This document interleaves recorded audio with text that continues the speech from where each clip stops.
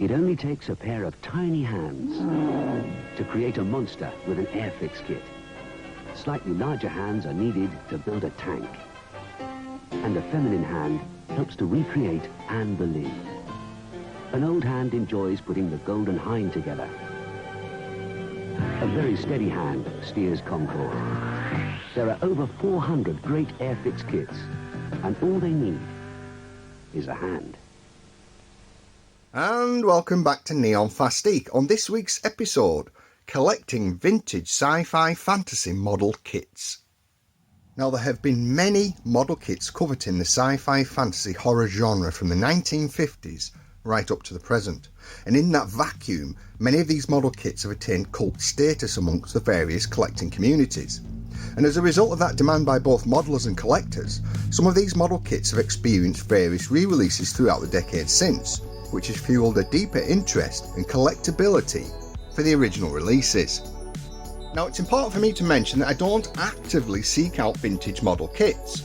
Rather, I'll pick one or two up whilst I'm out foraging for comic books and vintage toys, which for me has become the best way to collect them, as I'm sure that you're aware, collecting vintage toys and comic books is both financially challenging and time consuming. So that said, let's take a look at just a few of these classic vintage model kits that I've picked up over the last couple of years.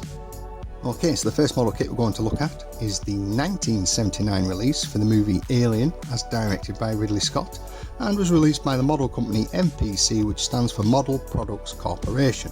Now, as you can see on the front of the box, it says once this model is complete, it stands at over 9 inches tall, and I think you'll agree that the artwork is really striking. So the artist I think responsible for this is James Barmer, who was quite prolific with MPC, especially on their Star Wars range, but gained notoriety with Polar Lights and Aurora model kits. Now, one thing interest of note, this was the first piece of memorabilia released for the movie Alien, and predates the release of Kenner's 18-inch Alien action figure. Now, the box itself, as you can see, is in really good condition, comes with snapshots from the movie down one side, and additional artwork and suggestions for posability down the other. Now, this kit has been re-released 6 times since 1979, with the last being in 2013. So how do you know that you're getting an authentic release? Well, there's 2 things to look for. Firstly, the trademark information. On the original, as you can see here, 1979 20th Century Fox. On the re-release from 2013, this is completely omitted. But one other is to look for the serial number. Now, this serial number here tells me this is an official United States release. But if this serial number appears above the MPC logo, it's either Japan release or a Canadian release. Now, in Japan, they also received a jumbo-sized Alien model kit, but this one here is the one that you'll see most of on the secondary market. Now, as a child, I did build this originally, as with most of these model kits, and this is a fantastic, really well detailed kit.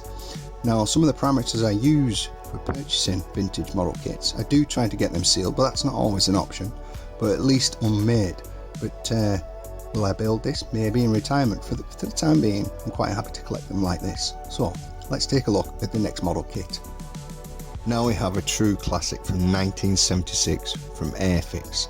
Now, the original story with these Gigantics, originally in 1975, as produced by Fun Dimensions, which was a sister company to General Mills and MPC, released a set of 4 of these colossal kits. So obviously we have the Mantis, then we had the Scorpion, the Tarantula, and a Hornet or Wasp. Now, when they were brought over to Western Europe by Airfix in 1976, only 3 of the 4 were released. So the Praying Mantis, the Tarantula, and the Scorpion. Now, these are fantastic kits. Now, they are HOO scale, and they come with a cardboard backdrop, and you build the Mantis model kit along with some of the details, so you can clearly see on the side of the box here just what you're supposed to do. Now, these are fantastic, and I've always wanted these. There was a shop near where I used to live, had the full set of 3, but I've only just managed to get this one. Now, the original set of 4 by Fun Dimensions are heavily sought after by collectors, and obviously with that, expensive. But again, still complete, still unmade, but not sealed in box. Now the artwork alone is fantastic. Now in the late 1990s the gigantic set was re-released again by AMT model company, but again they only released the praying mantis, the tarantula and the scorpion. Now if you cast your memory back to some of the 1950 B movies, you could reenact certain films such as Scorpion, Tarantula and the Deadly Mantis. But these are classic monster kits, and as you can see here, released by Airfix. Anyway, let's move on to the next one. Now another great set of model kits, as you can see here, Doctor Who the Dalek, as released by Comet Miniatures in the early 2000s. Now there are two to this set, so as you can see here we have the Mark III movie Dalek, as you would have seen in the 1965 Peter Cushing Doctor Who movie, and the other one is the Mark I television Dalek. Now these are fantastic kits. Now Comet Miniatures released numerous model kits like Blake 7, Space 1999, Thunderbirds, etc, etc, and these are highly sought after by collectors now, and yeah, you rarely see them. When they do crop up on the secondary market, they go instantly. Now this main Dalek is moulded in red, but does require some modelling skill to complete this, but once finished stands around 8 inches tall. But as you can see, the graphics are fantastic, beautiful artwork on the side of the box. But again, a really nice collectible model kit, and obviously anybody who's a fan of Doctor Who will love this, but again, very rare and highly sought after.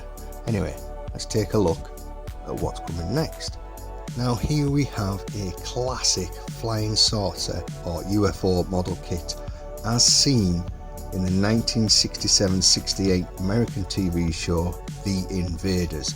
Now this is a 1/72nd scale kit. Now I have built one of these before and there really isn't a lot to it, but Atlantis re-released this a few years ago, including the original box art when this model kit was originally released by Aurora, and it has been re-released since, but under the Monogram logo. But as you can see, a fantastic model kit, still sealed, and obviously not much detail, but this is one of those kits that's ideal for incorporating lights if you are looking to create a static display.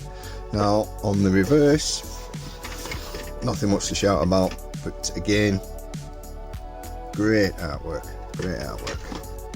This is a fantastic representation of original model kit from Aurora. Now, as I stated earlier, I have built this. I built this about 20 years ago. Very simple. Painted up well though, I must admit. But as a fan of the original Invaders anyway, I had to get my hands on one of these. Now you can still find these on the secondary market, but they are a little bit pricey. And if you're lucky enough, you can find an original one by Aurora. But again, another great kit to have in your collection. And finally, here we have the Martian War Machine from the 1953 movie The War of the Worlds, as produced by Pegasus Hobbies. Now this is a 1/48th scale model kit and was released in 2009 and captures the original look of those Martian War Machines perfectly. And also, what I like about Pegasus Hobbies, they do give you enough room to work with if you want to include lights. Now I have built 3 of these, and the reason I built 3, I do a Christmas display in my comic book shop every year, and this particular year, I think it was 3 years ago, I did the Martians invading but at Christmas, so I built 3 of these and included lights. Now the benefit we have today is the inclusion of LEDs, whereas back in the 70s and 80s it was a crude light bulb and a battery. Now as you know, them light bulbs used to get hot and then could melt your model kit. However, I included LEDs and I have one here. Now as you can see, we have an LED strip at the front, lights on the bottom, each tip, and obviously the Cobra Eye still moves and has the light in. Now this is a fantastic model kit and ideal if you're wanting to try to use lights.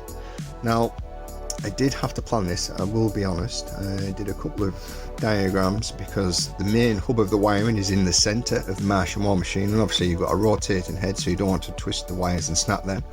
But overall, this is a great kit if you ever do fancy building one. Now, they are still readily available and they're around £30 to £40 per Martian War Machine, so it is a little bit on the expensive side, but as you can see, the overall finished look is well worth it.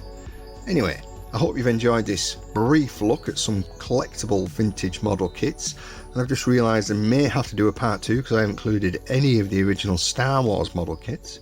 But anyway, as always, thank you for subscribing to the channel, I do appreciate it. Thanks very much, take care of yourself, and I'll see you in the next one. Cheers.